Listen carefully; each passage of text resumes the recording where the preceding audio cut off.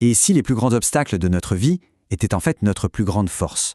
Aujourd'hui, on va explorer une idée assez radicale, l'alchimie existentielle. On va voir comment ces murs qui semblent nous bloquer peuvent devenir la matière première de nos plus belles créations. Alors, commençons par une question qui, je pense, nous paralyse un peu tous. Accepter, est-ce que ça veut forcément dire subir? C'est vrai que le mot acceptation n'a pas très bonne réputation. On l'associe tout de suite à la défaite, à l'idée de baisser les bras. Mais si c'était tout le contraire? Prenons un exemple concret, celui de Karine. Elle est en plein divorce et, bien sûr, elle refuse cette nouvelle réalité. Mais ce refus, loin de la libérer, il l'enferme dans un véritable cercle vicieux de douleur, de honte et d'impuissance. En fait, elle est piégée, non pas par la situation elle-même, mais par sa lutte incessante contre elle. Voici un peu le parcours qu'on va suivre ensemble. On va d'abord voir le piège de l'acceptation, puis une révélation qui change vraiment tout. On définira ensuite ce qu'est l'alchimie, on verra comment l'appliquer concrètement, et enfin, comment on peut devenir un alchimiste de sa propre vie. Allez, on plonge dans ce fameux piège. Pourquoi est-ce que le simple mot « accepter » nous fait si peur? C'est souvent parce qu'on l'imagine comme une sorte de passivité, un abandon total face à ce que la vie nous envoie. Face à une situation difficile, on se retrouve souvent coincé entre deux impasses. D'un côté, il y a le refus, un refus stérile, on lutte contre les faits, on pousse un rocher sans fin et on s'épuise. De l'autre côté, c'est la résignation, une résignation mortifère. On baisse les bras, complètement enchaîné à un sentiment d'impuissance.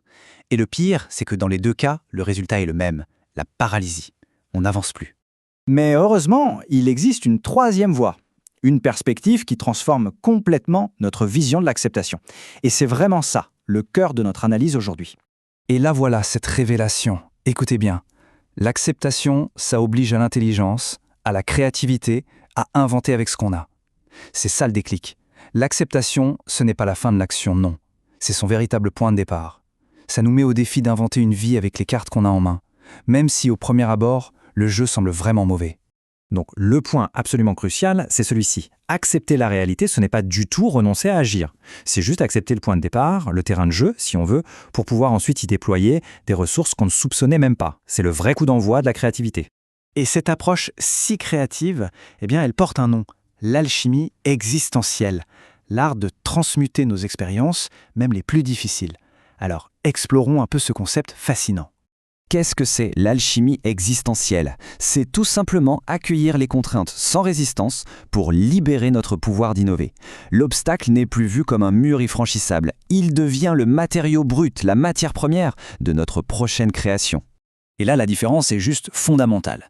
D'un côté, la résignation, on subit, on stagne, on se sent victime des circonstances. De l'autre, l'alchimie.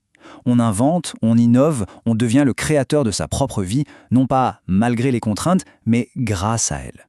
En fait, cette alchimie, elle va bien au-delà des réactions habituelles. Ce n'est ni la passivité de la résignation, ni l'aveuglement du déni, et encore moins la révolte destructrice qui ne mène à rien. C'est une voie supérieure, celle de la transmutation créative. Bon, tout ça c'est bien beau en théorie, mais passons maintenant à la pratique. Comment est-ce que ce concept s'incarne dans la vie de tous les jours? Comment, concrètement, on transforme le plomb en or? Prenons une contrainte très commune, le manque d'argent. C'est une situation que beaucoup de gens connaissent et qui peut vraiment donner l'impression d'être dans une impasse totale. Avec une approche alchimique, la question change du tout au tout. On ne se demande plus pourquoi je n'ai pas assez, mais plutôt comment créer le maximum de bonheur avec ce que j'ai là, maintenant. Ça pousse à inventer, à privilégier la créativité sur la simple consommation.